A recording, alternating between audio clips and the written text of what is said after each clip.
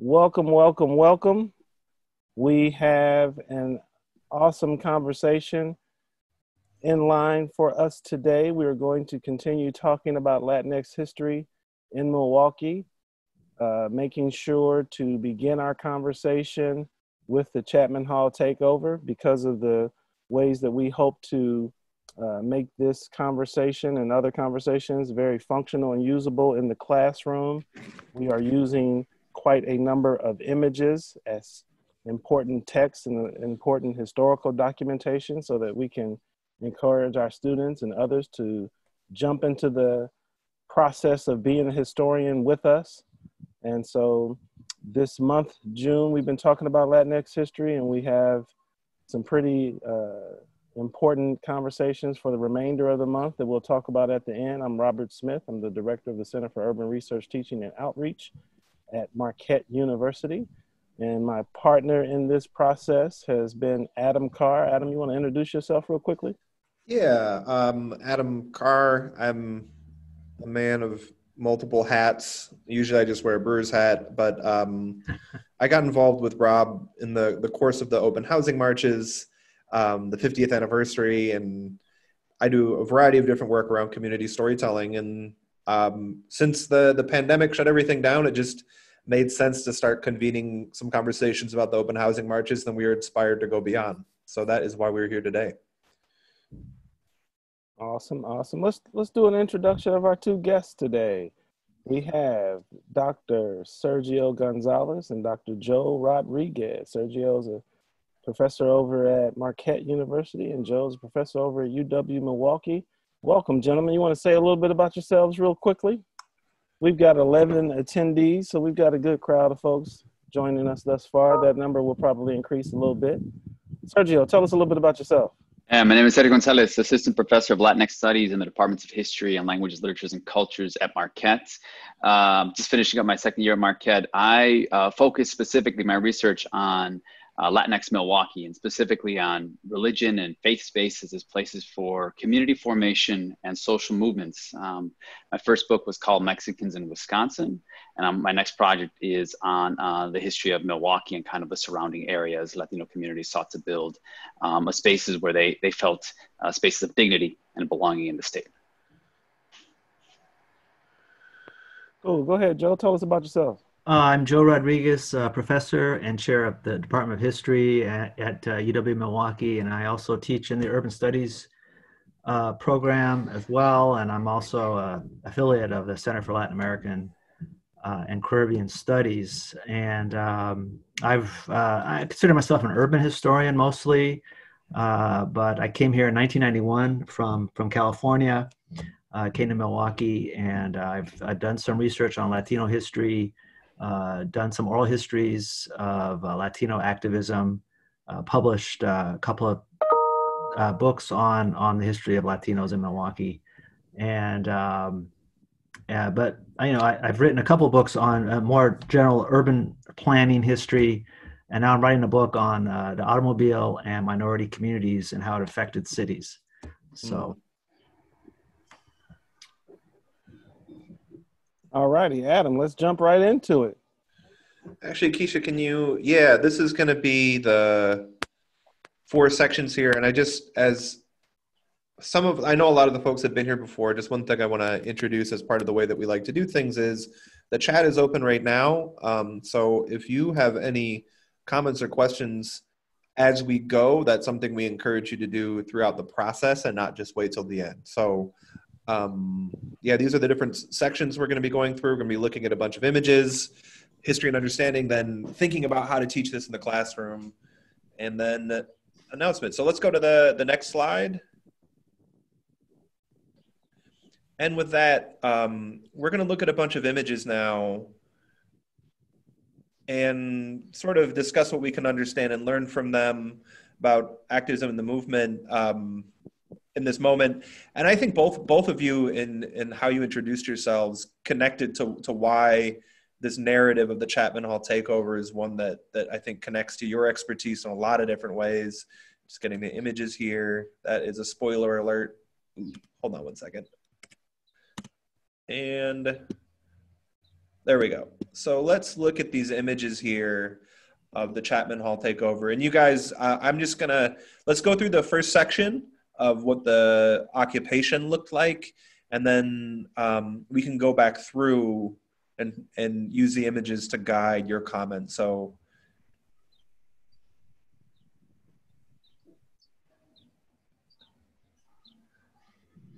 these are the different images we have just of the occupation at UW-Milwaukee. All right, that's our first section. So esteemed professors, do you want to talk a little bit about what we're seeing here? I think one point to make, and Sergio, can make this point as well. But this was a community event as well as student event. So I think most of the people here are community members. There weren't that many Latinos on campus at this time. So this was a real, so you see kids, you see older people, younger people.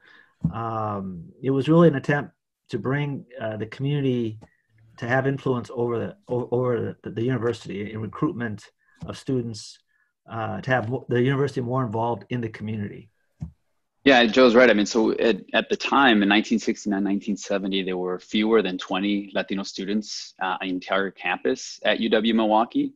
And I think the thing to remember, and we can talk about this a little bit as we go through some of the other images, is that the Chapman takeover in 70 is really a culmination of many years of protest work happening in Milwaukee and across the state of Wisconsin by different Latino communities. So we're going to see some different people in these pictures.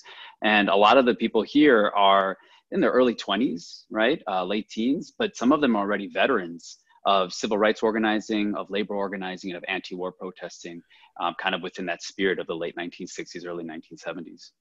I just want to point out something I've never noticed before. You can't have a protest in Milwaukee or in Wisconsin without a bunch of milk.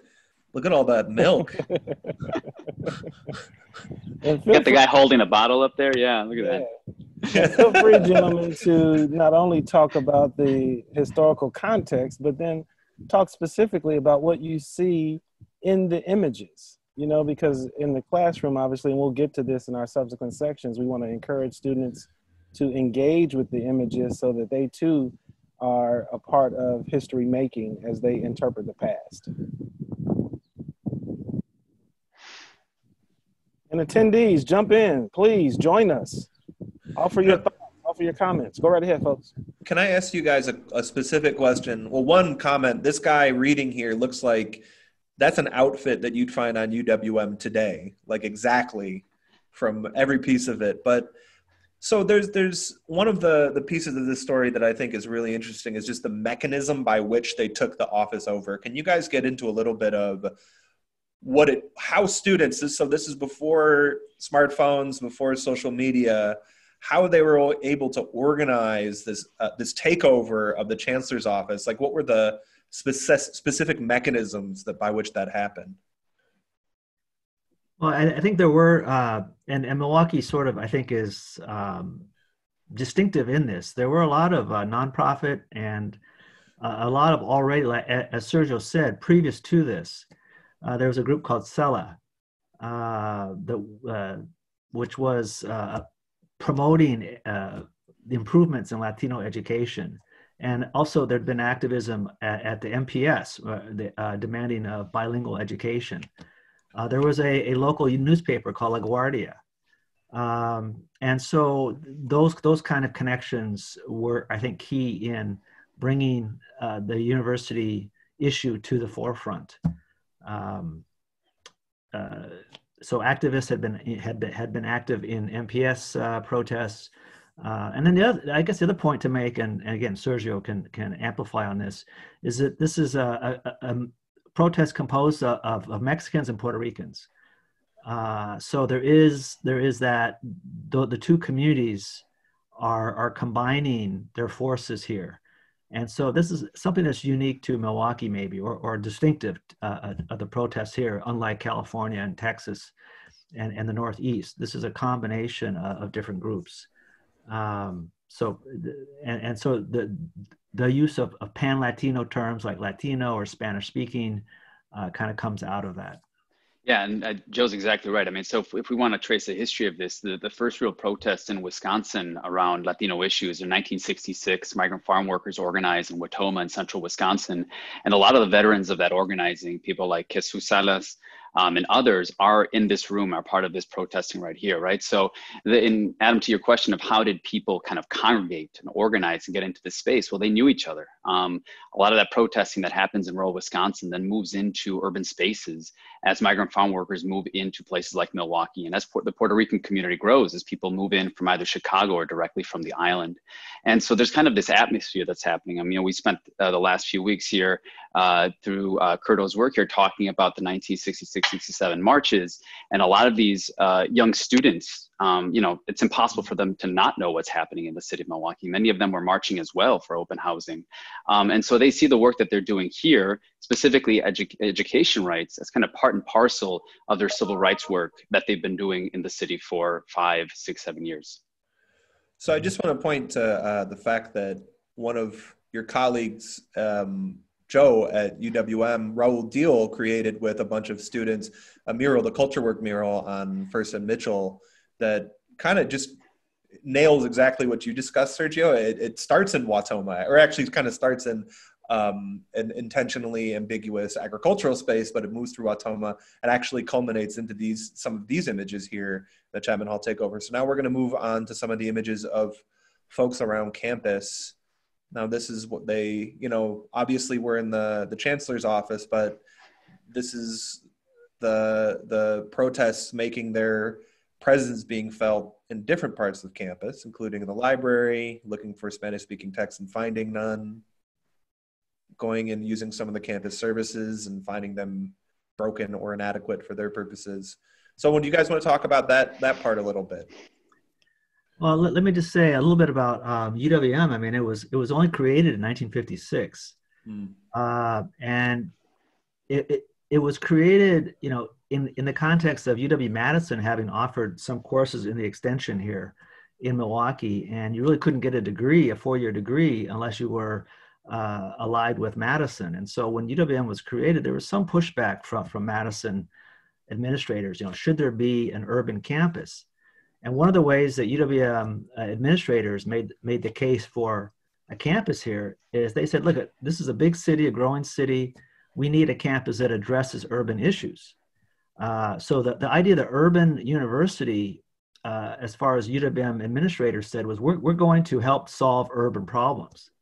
And if you make that your mission statement, then people are going to take you seriously and said, well, we have problems, right? We have segregation, we have poverty in the Latino community in the South Side and in the North Side as well.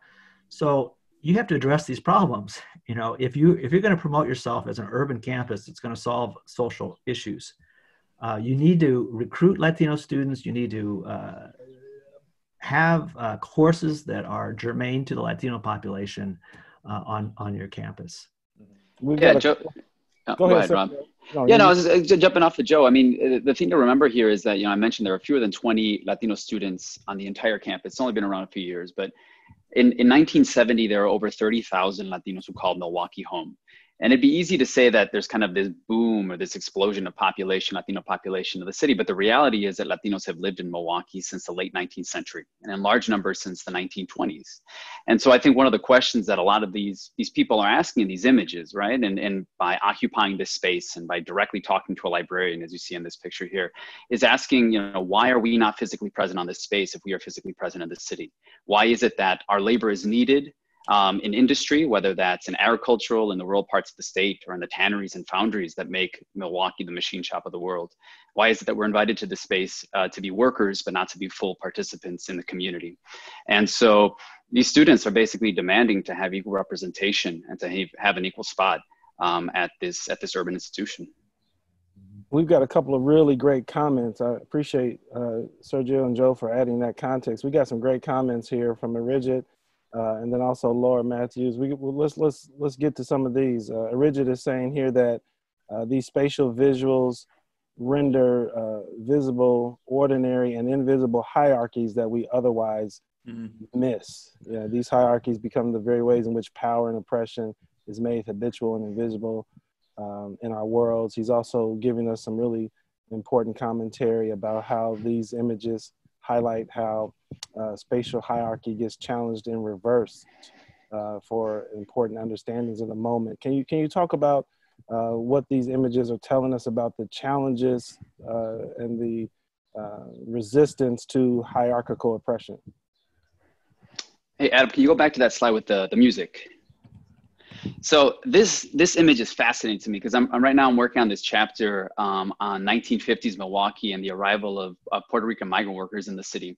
And when Puerto Ricans arrived in the city, they were recruited as basically single men to work in factories and foundries.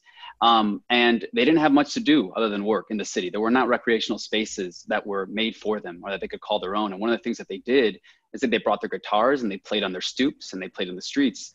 And this upset a lot of Milwaukeeans who looked at them as being racially different, linguistically different, culturally different. Police harassed them for playing their music on their street. They were called in front of the judge, put into jail for basically just recreating. And so we talk about the way in which these students were, or future students were disrupting space. You see this image right here. These students weren't just asking for the right to sit in a classroom and to pay tuition at UW-Milwaukee. They wanted to have themselves represented in all aspects of that school, right? And so they're bringing the things that are important to them, whether that's the music and the music that's fueling their movement into these spaces as well. And that was part of the demand that there should be courses on the culture of these groups. And so courses on Latino lit and history. And some of these courses eventually were offered in the South Side, in the community, as opposed to on campus. But the drums are classic for the Puerto Rican population, right? The drum is signifying the African diaspora here in the United States. Laura, can I just say you guys are doing a really good job? Laura asks a really good question here, which is how involved were different sectors of the non-Latinx student population in the takeover, if at all? Were there some allies in that fight? Yeah, I think there were faculty members because the university was young. It had to recruit very quickly faculty, and some of the faculty members themselves were young or had been involved in civil rights and anti-war protesting. So there were faculty members in Department of Ed, I believe, who were really involved in, in the social movements and wanting to push for a more diverse campus that were very helpful in trying to push the administration to recruit more faculty and of color and to recruit more students. Yes. Go ahead, Rob. Yeah, I was just going to say we want to give a shout out to Abby Nye. What's going on, Abby? She wants to make sure folks know that these images are available at the UWM archives. And I'm also selling them for $10 a piece. Sorry, Abby actually helped me out with something this week, so that was a bad joke for a lot of reasons. Thanks, Abby. we tell bad jokes on a regular basis when we do this, so. No, but really, I just went to the UWM archive, downloaded all the images to share here. So it's important that that shout out is very clear that these are all in the UWM collection. And along with the images, we also have news footage and other documents too that are available. And so just real quickly, gentlemen, talk a little bit about the importance of these collections being available through archives and how important it is for us to know that they are available and access them and use them either in the classroom or at home or what have you. I'll say this, I just finished up my dissertation a few years ago, and it was a struggle to really find the archives of Wisconsin's Latino populations that have been preserved. I think this is something that archivists across the state, whether they're at UW-Milwaukee or at the Wisconsin Historical Society, they've been doing a lot of good work in the last few years to kind of catch up with some of the work that should have been done a long time ago, which is to preserve the history of a community that's been here for over 100 years, a community that has considered itself a part of Wisconsin's history for that very same amount of time. And so to have these images not only preserved, but digitally available for educators. I use these in my urban history class all the time as well. It's so important. Yeah. And we have one more question, and then I'm sure that Command Central is going to start moving us forward. How did the institution respond And let's offer some thoughts about UWM, if you have any thoughts about Marquette, but then also if you can talk to us about Latinx student movements more broadly. How do institutions respond to this upsurge in the demands for more inclusion on campus, both And I people think and then also curricular? Yeah, this last sweep of images, I think, gets into that. So why don't I just show the rest of those? These are images specifically grouped around police interactions. Um, and then also the final images, which might give away a little bit of institutional response. This is sort of claiming a victory. So just wanted to share those to get us into the conversation about institutional response.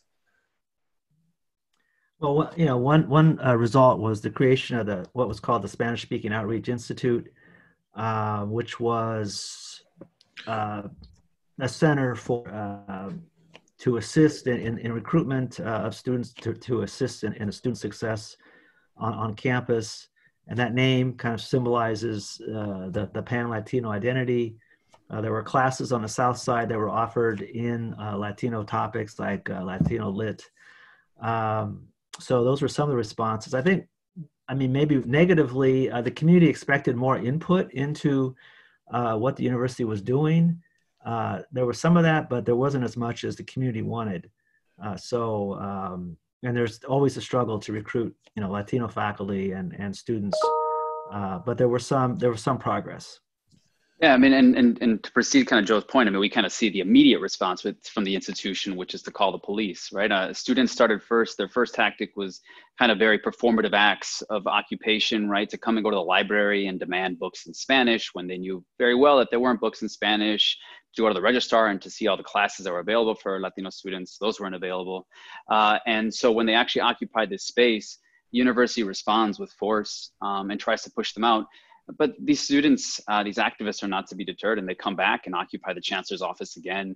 I mean, you can see that they turned this into an event, and it was an opportunity for them to celebrate the work they've done and the work that they continue to do. And you know, this is continuing on at campuses today. Students on campuses across the country, whether it is students who are fighting for ethnic studies and for the hiring of professors of color, professors who look like them and who teach the things that care or that matter to them, or whether it be unionization efforts in places like Marquette, where graduate students and non-tenure track faculty continue to protest and to organize and to basically fight for the right to collectively bargain and to have representation at the table for themselves. And let me send a couple of shout outs. Thanks, folks. Heather Godley, thank you so much for joining us. Heather has been really instrumental in making sure we are moving our conversations into very functional classroom mechanisms and tools. And also, let's shout out Kristen Leffelman from the Wisconsin Historical Society, who reminds us that indeed folks should check out the Somos Latinas Oral History Project from the Wisconsin Historical Society. And she dropped the link there in the chat for us.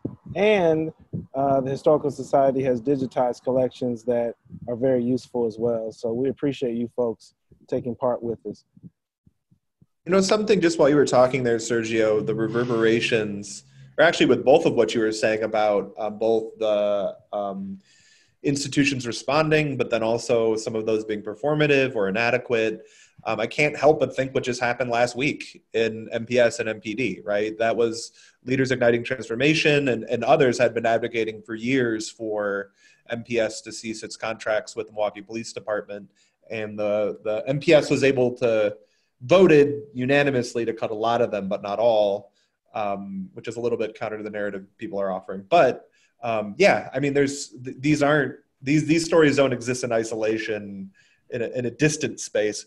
But I would argue, and this might get us into some of the other conversation, that a lot of the students were out in the street advocating for MPS to drop those MPD contracts don't know about this story of the Chapman Hall takeover. And through no fault of their own, mm-hmm. I think. Can you guys talk a little bit about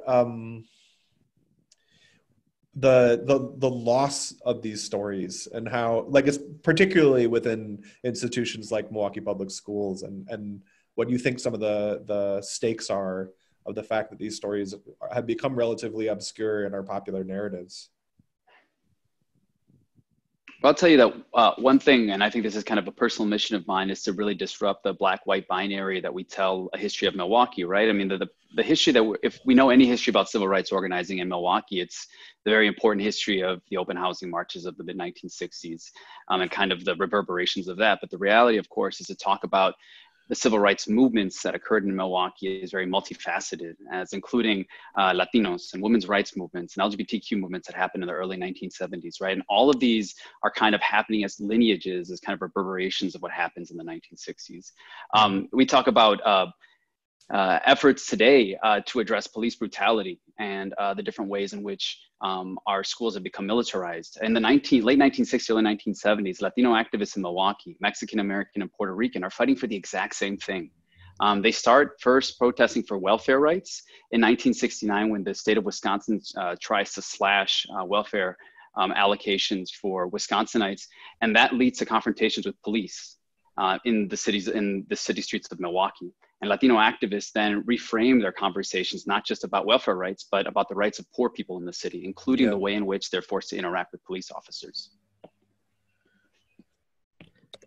Let's start talking a little bit more about some instruction related topics. And let's really kind of move to how we can implement some of these ideas into the classroom. And to get us started, how you all have sort of tiptoed into this. What are some of the current issues that we are grappling with today that we see very clearly as being part of the history as well? Can you outline some of the key issues that are currently under investigation and critique in the Latino community? Well, we can start with immigration issues, DACA program. You know, a lot of our students on the campus now are DACA students. Not knowing, you know, the future is difficult, obviously. We can talk about issues of sanctuary, whether campuses should designate themselves as sanctuary campuses. We can talk, you know, about all the current issues, police brutality, you know, discrimination in housing, education. We still have the same issues, right? Latino faculty, Latino students, success, you know, graduation rates, you know, the issue of retaining culture through you know, being bilingual, bicultural. A lot of younger students, you know, want those Latino cultural cultures represented in their classes. So those are just a few of the, you know, issues today. And I think Joe's right that there is a continuation of the issues from the 60s that's still very much present today. I think the COVID pandemic is laying bare some of the intersections between some of these issues, right? I mean, we look at the comments from conservative legislators and conservative justices recently in referring to Latinos and the disproportionate rates at which they suffer from COVID in Wisconsin, right? To talk about them as being different, as separate, as those people, that it's perhaps something about their culture is the reason that they are suffering at higher rates, when in reality, it's because they are on the front lines of continuing to do the labor that the state needs to survive. And so we can't talk about immigration issues without talking about labor issues, without talking about education issues. All of these are intertwined as they were in the 60s. They continue to be today. Mm-hmm. You know, at the risk of overly intellectualizing all of this, one particularly interesting thread throughout community activism more broadly, are some generational tensions between young and old activists. Are you seeing any of the same kinds of generational what do we want to, generational attitudes, tensions? Yeah. You didn't need that preface, Rob. Thank you. Why are you being so self-conscious on your own event? Well, people came here because of your intellectualizing.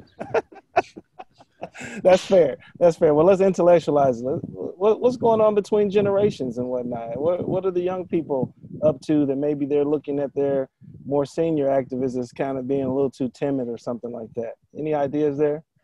Well, let me just, I'll let maybe Sergio address the generational question. But one of the issues within the Latino community is the racial issue. And there's been some, you know, internal debate about, you know, Afro-Latinos versus white Latinos.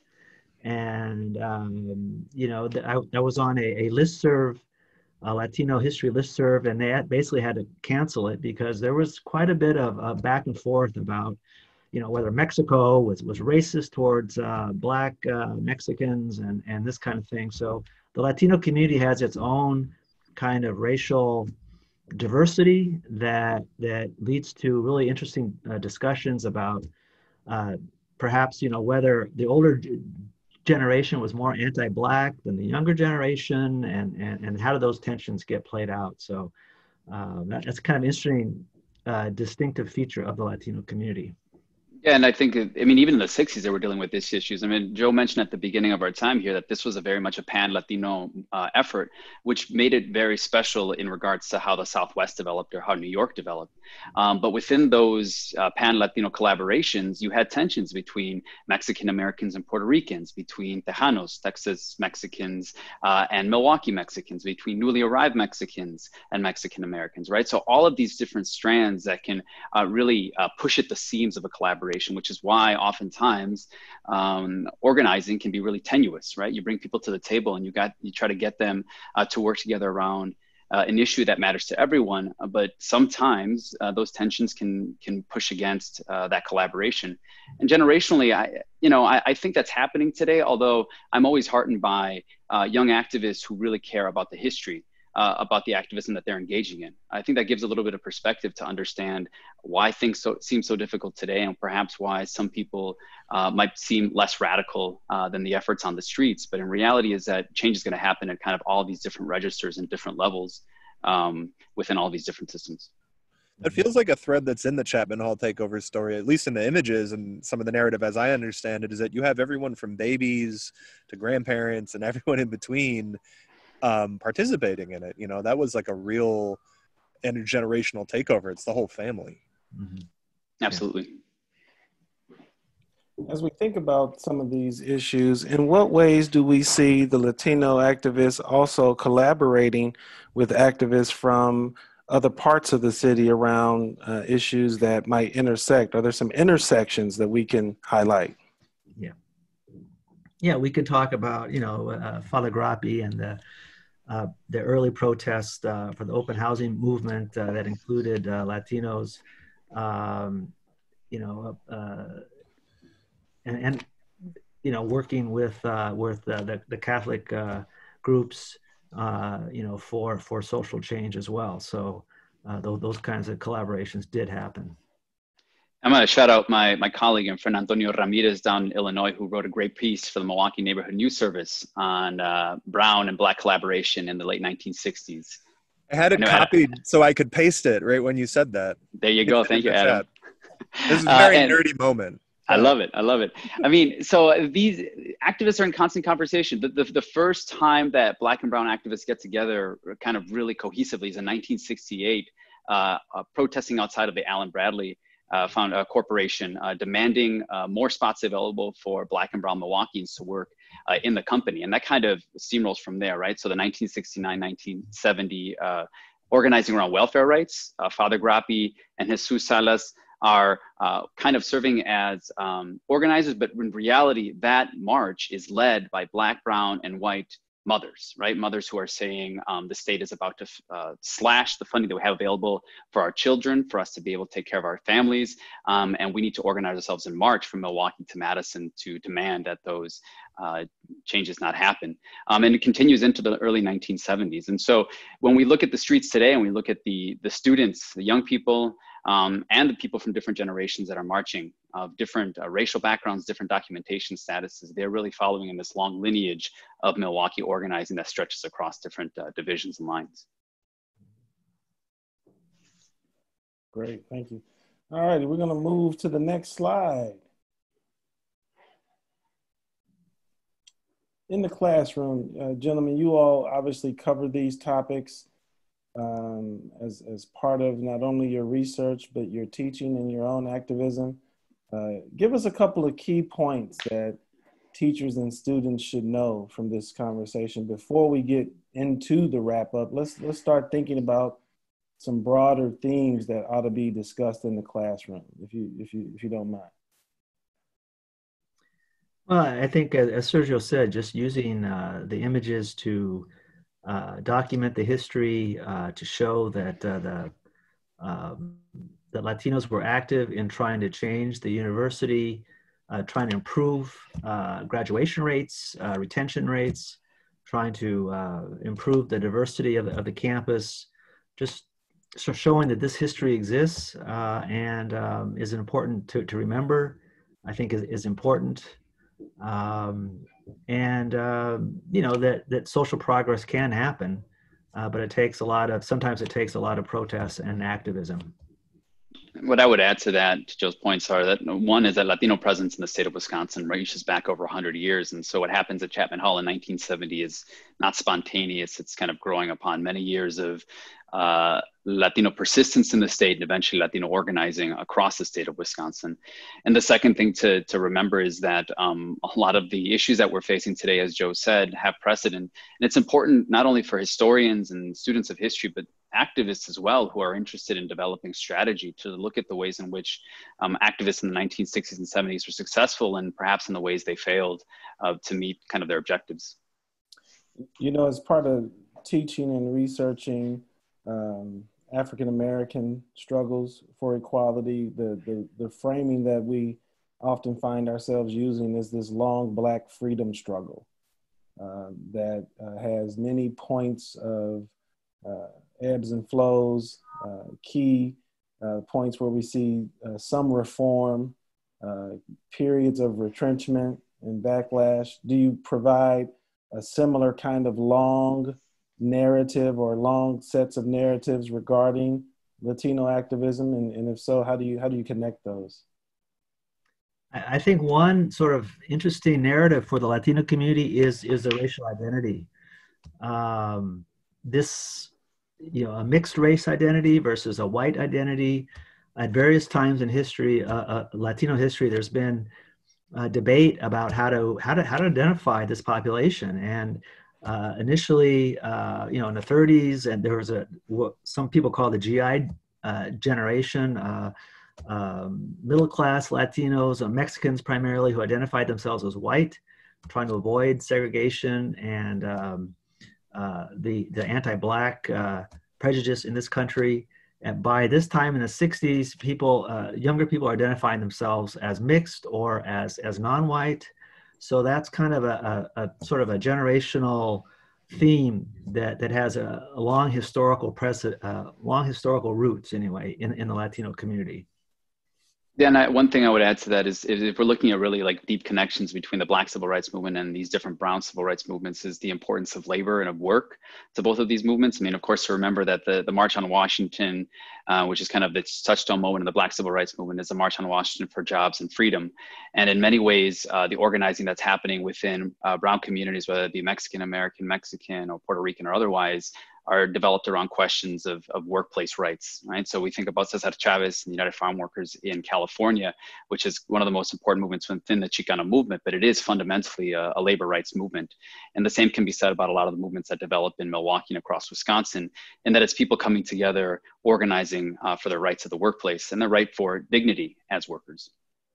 You know, what we often do is show the iconic telegram between Dr. King and Cesar Chavez as a point of emphasizing the awareness that those two leaders had of the connected struggles. Do you have other examples that you can point teachers to that really emphasize sort of the shared awareness between these two broader communities of activists and the broader issues? What kinds of tools are you all using in the classroom around these ideas? Well, I think a lot of these campus protests are a good example of this. I think of 1968, San Francisco State, where various groups came together to demand an ethnic studies program. But as Sergio said, labor movements in general, I think, have involved, you know, diverse populations. I think you can definitely point to the collaboration in California and places like Oakland between the United Farm Workers and the Black Panthers. And these were, of course, I mean, these were not permanent collaborations between these two groups. They had very different objectives, or at least kind of their ultimate goals were perhaps different. But they saw opportunities in their organizing in the late 60s and early 70s to come together and fight over similar issues. And they had similar targets, whether that was their employers in the state of California or the California state government as well, local politicians. And so there's been, you know, some great scholarship in the last few years looking at Black-Brown collaboration through the civil rights movement. And I think it's important for us to bring it into our classroom, whether that's in higher education or K-12 as well. You know, as we teach these topics in the classroom, the fundamental question of activism is so critical to how we are able to explore these connections and also the issues more distinctly. How do you go about teaching activism in the classroom? How do you think about this question of activism, and also, where do young people fit in this conversation? Whether it's Black Panthers, Brown Berets, where are the young people at in these stories?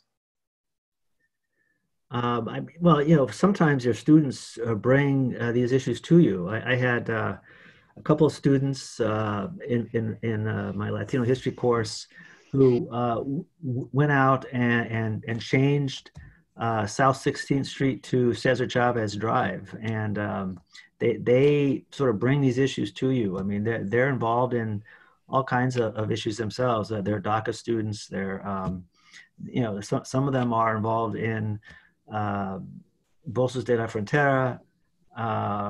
We have the Latino Student Union at UW-Milwaukee that brings issues to us. So sometimes you really don't have a choice, you know, of how to talk about these kinds of issues. Right. Yeah, Joe's right. I mean, I teach a Latinx civil rights movement class at Marquette, and the students are the ones who are most primed to have these conversations. I think one way we do this to look at different protest movements is to look at the demands that different movements might have, right? Every single movement that develops in United States history has some sort of manifesto, a list of demands that they're making, either of the state, of their employers, of different institutions. And so, you know, stretching back to the Declaration of Independence as a list of demands and kind of making connections here to look at how all of these protest movements are valid, that they're all trying to make a point, oftentimes related to the question of how communities find belonging in the place that they live and how they feel like they have some sort of place in the decision-making process over their own lives. And when those students, go ahead, Adam. This is a sort of a stock question that I've been thinking about a lot. And Rob's heard me make this point a number of times. I grew up not interested in history, and I went to great public schools in Milwaukee because I felt like the history that was offered was really disconnected. I mean, I remember learning about Ayers Rock at Morris Middle School, but not learning about the surrounding neighborhood. You know, like we were learning, I did a unit on Australia, but not on like the A.O. Smith or the, you know, whatever. And I think it's really encouraging to hear that, you know, you guys are part of a legacy of building spaces where students have efficacy to ask for what they want to learn, and that you guys have expertise in those spaces. But this is a question that haunts me, and the question of why we don't teach these. I know that's like a very basic question, or probably too big of a question, because I know neither of you are work in central office and have a role in the curricula. But why do you think these stories aren't taught? Because like when I learned them, when I saw these images for the first time, I didn't know this until, you know, 5 years ago or something like that. And there's such great stories. I mean, like jumping out of my socks to learn these kinds of stories. Why is it that we've systematically failed to teach these to generations of students in Milwaukee? Or too big of a question, but what do you think? Well, I mean, one obvious reason is because the textbooks for a long time didn't include these stories. And so if you were a high school teacher and you went with an American history textbook, you might have some on African Americans and maybe a little bit on Native Americans, but the Latino story was very small. Maybe Cesar Chavez would be included, but that would be about it. So the stories that were presented to teachers in textbooks was pretty narrow. So I think that's part of the reason why it's not taught as much as it could be. Yeah, Adam, that's a good question. I'm really sensitive to it. I used to be a middle school teacher before going back to graduate school. And I mean, there's so many different things pulling teachers in these directions, right? I mean, one is just a matter of time and prioritizing the things that you can teach in a classroom. But I think you're exactly right that it's incumbent upon teachers, educators at any level, whether that's elementary school all the way to postgraduate work, thinking about the way in which you can bring in the voices of the people that you're educating in your classroom, but then also exposing students to different perspectives that they might not see in their everyday lives. And so it's a lot of work. I think some of the work has to be done by people like Joe and I. We have to make sure that we're doing a better job of bringing this work into the classroom, right? So how do we take all this great academic work that we're doing as professors and kind of distilling it down so that it can be used in a high school classroom as well? Yeah, one of the last things Rob and I got to do before the pandemic was spend some time with MHSA students as well as South Division students. And the teachers really wanted this stuff. But like you said, for them, a lot of times, you know, they have an 80-hour work week as it is. So to bring in folks like us. So maybe if you guys came to the wrong Zoom, what Rob and I are going to do is force you guys into getting into schools in this coming year and spending more time that you don't have, but doing Amen. work that's really important. Right. Well, you know, one of the major impacts to budget cuts is the availability of teachers' aides. You know, I mean, that very sort of basic component to the classroom being removed obviously makes it more challenging, because as Adam and I were talking about this particular conversation, you know, one of the things we wanted to do is to dig more deeply into all kinds of topics that are offshoots to the core theme. And it's a big lift. It's a big haul to bring in materials and ideas into the classroom when you're already having to fit a curricular system that with some of those demands that you have to meet. And Rob, I'm looking at some of the comments here. I see Tanya's point about labor history, right? And Wisconsin is particular in that we actually have statute that says that labor history has to be taught in K-12 education in the state of Wisconsin. And yet, even with that state statute, sometimes it doesn't make it or it gets diluted, right? And we don't actually talk about the state of Wisconsin's radical labor history, whether it's in places like Milwaukee or across the state.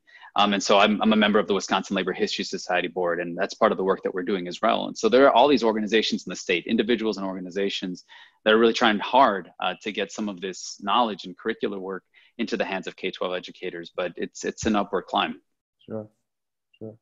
All of the attendees, you have now been made panelists as we move into the last 10 minutes or so.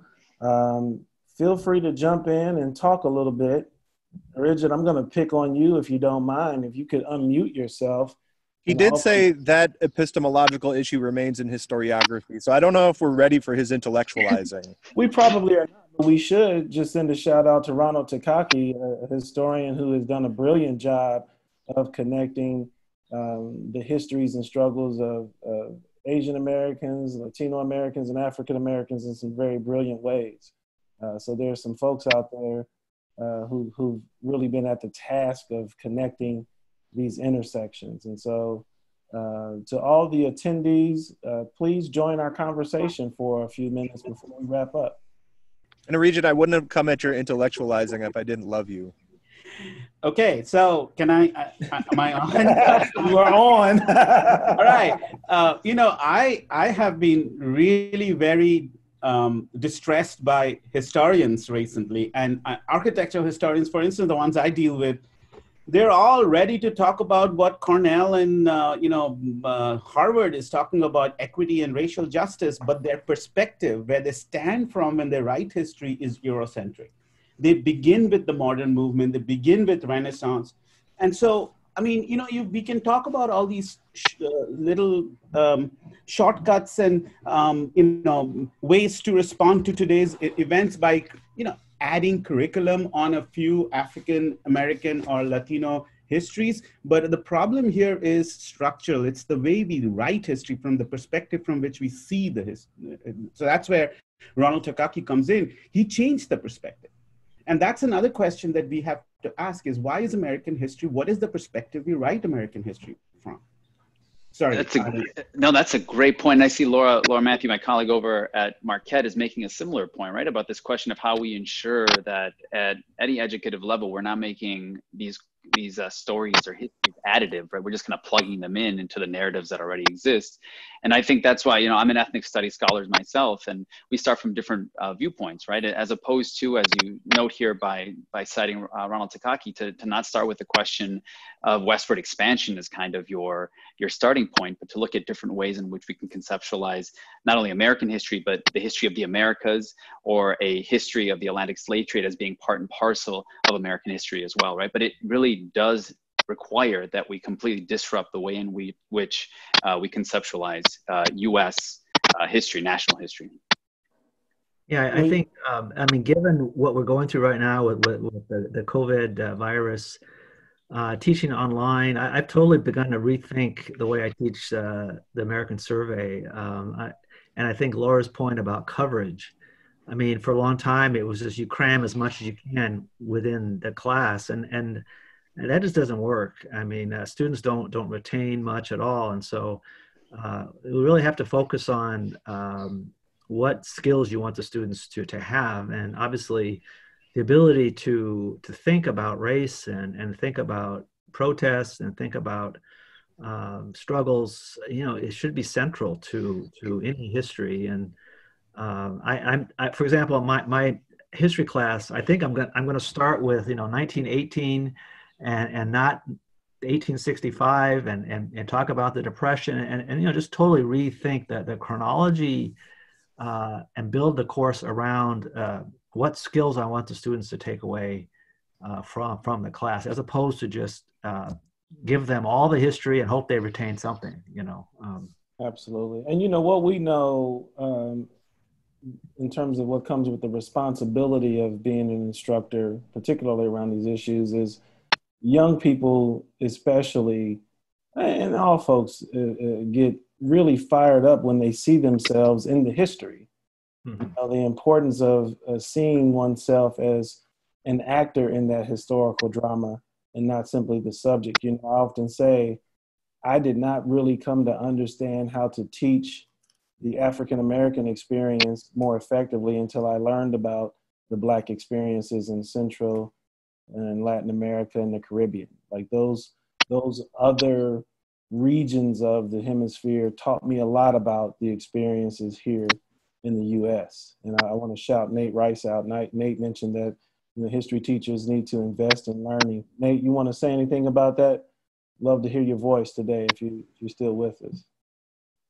Yeah, in fact, just ironically, we're sitting right now in our school district trying to re-envision how we're going to do our U.S. history class. And I think, back to that point of where do you build the structure? So right now we're kind of tinkering around the edges and how can you infuse some of this in randomly or very intentionally, but how you're really going to transform what the kids are learning, having a situation where kids can choose topics for further research, which is, I think is great. But if that only happens that way and it's not coming from the teacher and those kids' identities and culture aren't validated, then the institution itself continues to suffer that it's an us versus them kind of thing.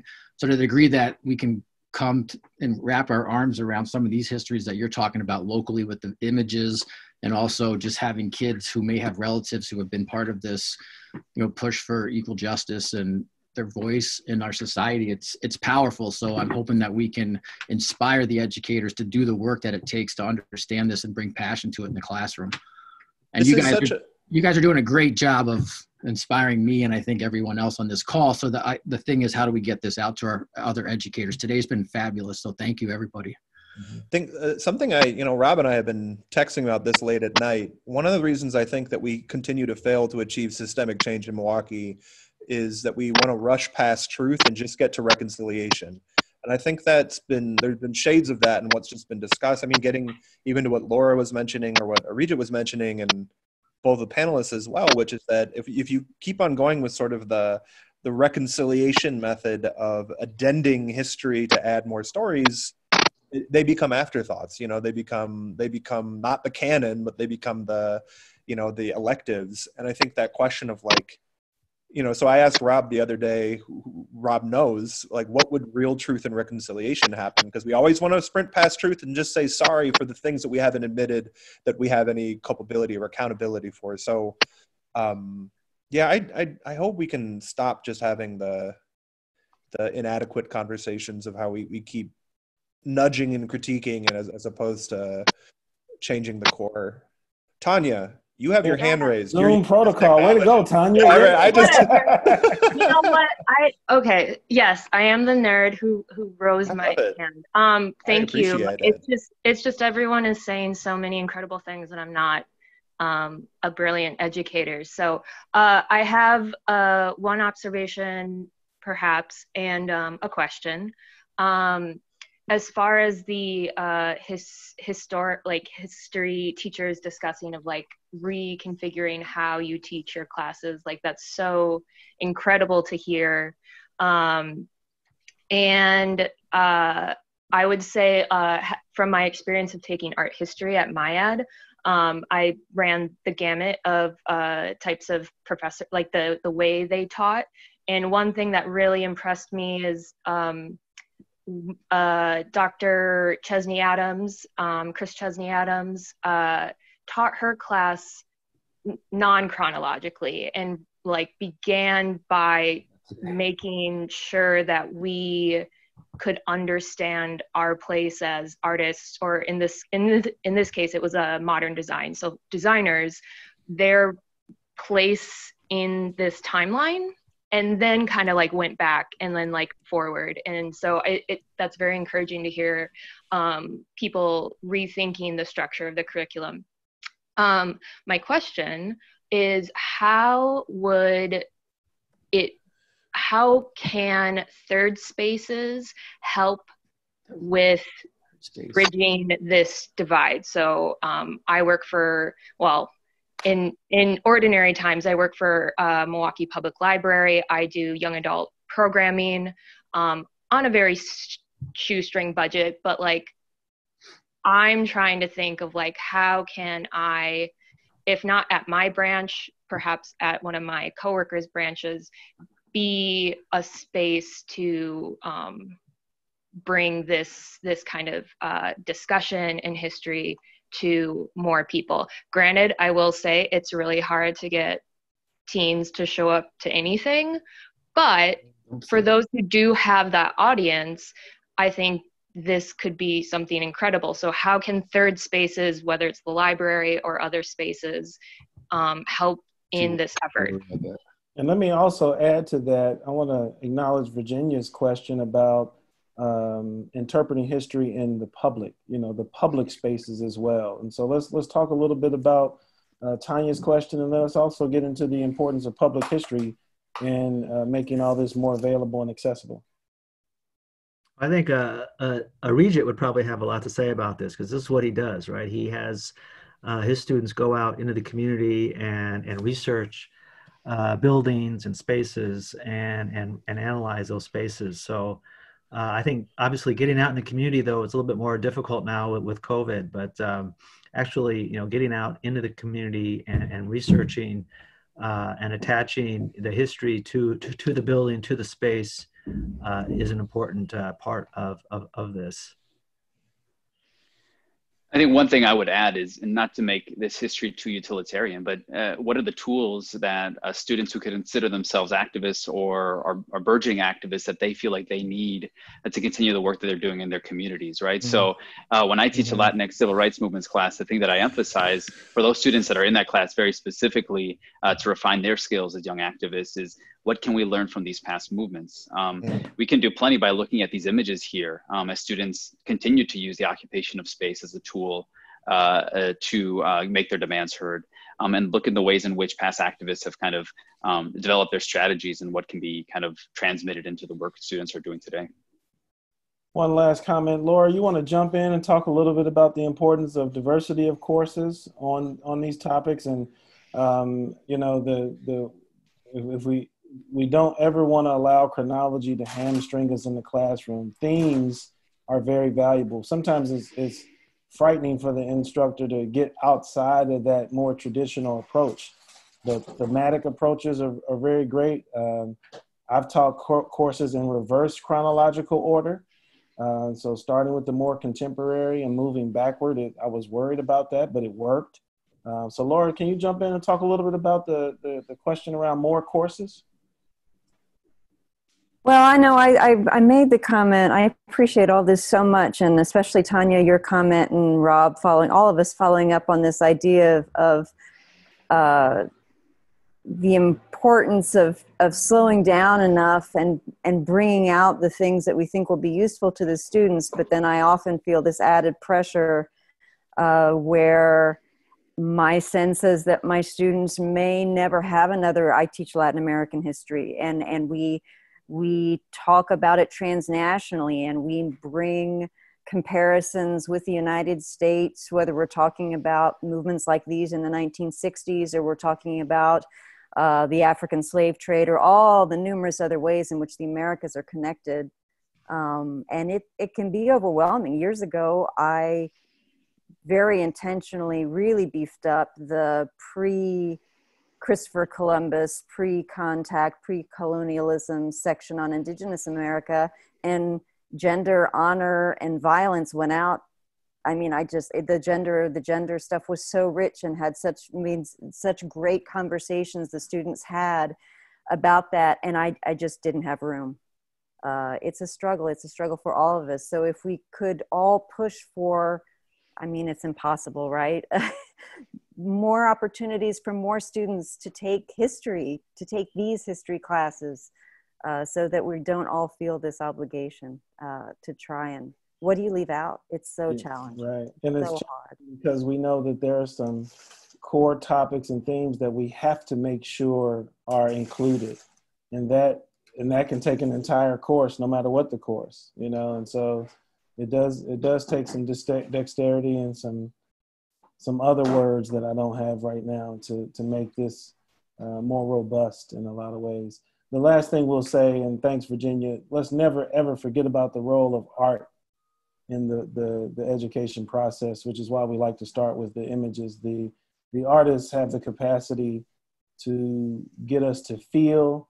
Artists have the capacity to get us to think in creative ways that really oftentimes the more traditional social scientist and or humanities scholar might not be able to do right away.